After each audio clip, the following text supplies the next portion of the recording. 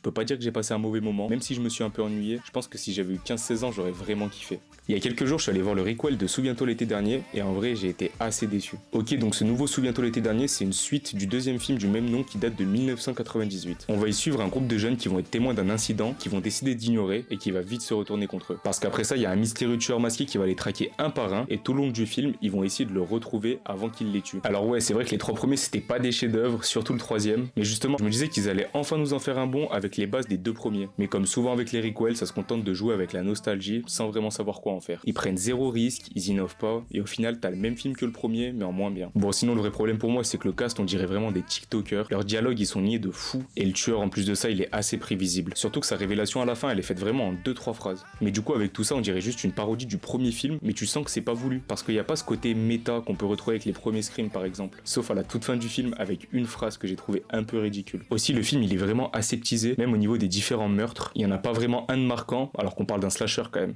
Bon, sinon, moi, mon avis, il va être un peu biaisé, parce que j'adore les slashers justement. Je lui ai mis une note de 3/5, parce qu'en vrai,